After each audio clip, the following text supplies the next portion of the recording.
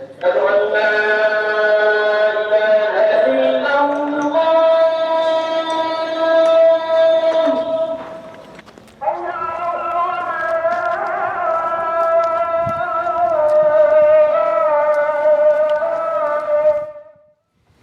Bonvenon alla spektaklo de Claudius kaj Livia.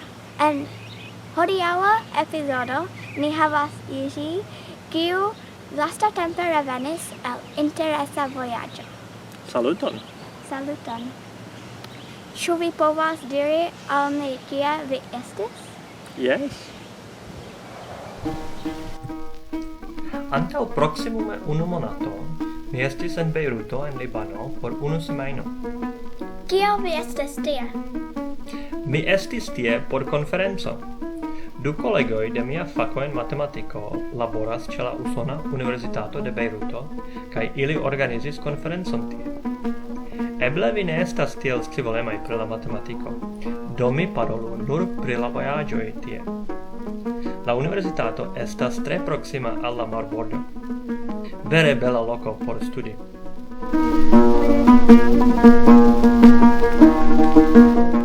Unu interesa afero pri la universitato estas, ke en la campuso loĝas pli ol 200 katoj, kiujn la universitato nutras kaj prizorgas.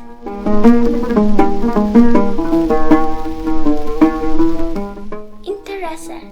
Kian bongustan manĝaĵon vi manĝis en Libano? Libano estas bona loko por manĝi. Mi pensas, ke dum la semajno mi gajnis kelkajn kilogramojn.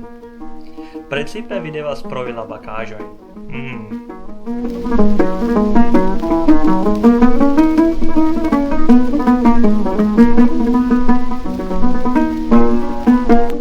Ĉu estis milito en Libano? Yes, la interna milito komenciĝis en la 70-kaj jaroj kaj finiĝis en 1990. Plejparte vi ne vidas la vundojn de la milito en la urbo.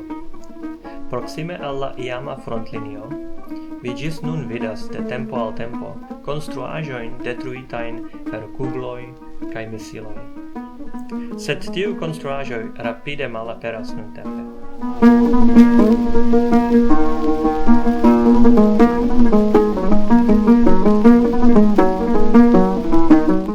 Ĉu estas arĥeologiaj lokoj en Bejruto? Yes, estas multe. Bejruto estas tre malnova urbo. Homoj vivis tie almenaŭ 5,000 jarojn. Ekzemple estas romiaj banejoj, malnovaj temploj, preĝejoj, moskeoj kaj tiel plu.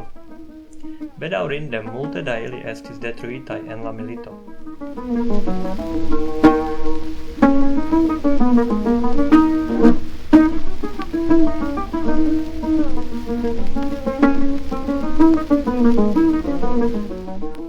Ĉu vi estis ie ekster Bejruto? Yes, la tuta konferenco ekskursis al Biblos. Homoj loĝis en tiu urbo ekde 5,000 jaroj antaŭ komuna erao. Do tiu urbo ekzistis senĉese dum la lastaj 7,000 jaroj. Ĉu vi povas imagi? Ĝi fariĝis grava haveno en la bronza epoko. La urbo estis kolonio de Egiptio. Ĝi estis unu el la plej gravaj urboj de Fenicio. Asirio kaj Persio ankaŭ iam regis ĝin. Aleksandro la Granda konkeris ĝin. Kaj ĝi ankaŭ estis romia urbo. Krucistoj konstruis la kastelon, kiun vi povas nun vidi. Ili eĉ uzis la romiajn kolonojn en la konstruado. Kaj poste ĝi fariĝis otomana urbo.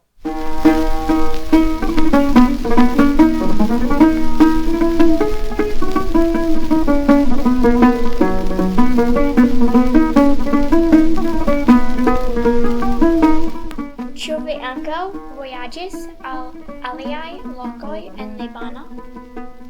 Fakte jes. La lastan tagon mi kaj kelkaj aliaj kolegoj vojaĝis al suda Libano, al la urbo Tiro. Tiu ankaŭ estas tre fama fenicia urbo. Ĝi estis originale sur insulo, sed kiam Aleksandro la Granda alvenis, li ne povis tuj konkeri ĝin. Li devis konstrui ponton el tero, por ke la insulo fariĝis duoninsulo, kai posteli povis konkeri kai detrui la urbon. Kion oni povas vidi nun estas la romia urbo, ĉar preskaŭ nenio restas de la fenicia tempo. Sed el la romia tempo restas multe. Exemple bela arkaĵo. Se mi komprenis la situacion bone, ĝi estas ĉirkaŭ la loko kie Aleksandro konstruis sian ponton. Ankaŭ vi povas vidi grandan romian hipodromon. Tie vi povas sidi sur la spektoterasoj kaj imagi, ke vi spektas romian ĉevalkonkurson.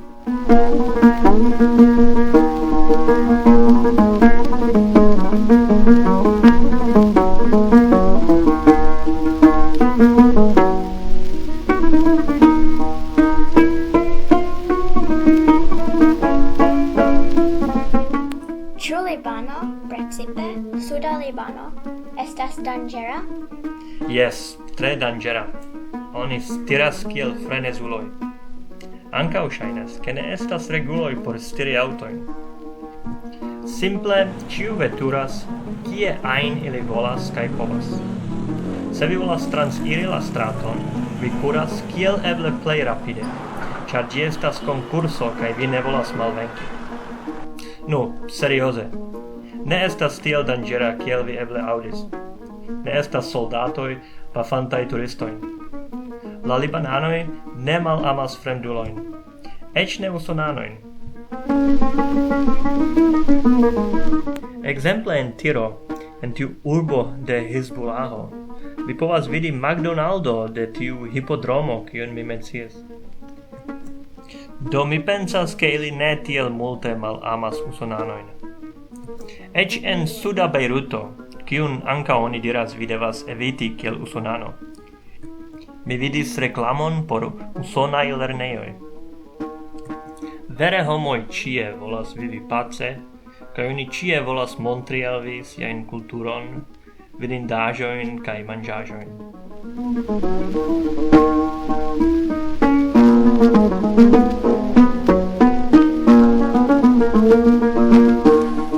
Dankon por via tempo. Nedankinde. Ĝis la revido. Ĝis!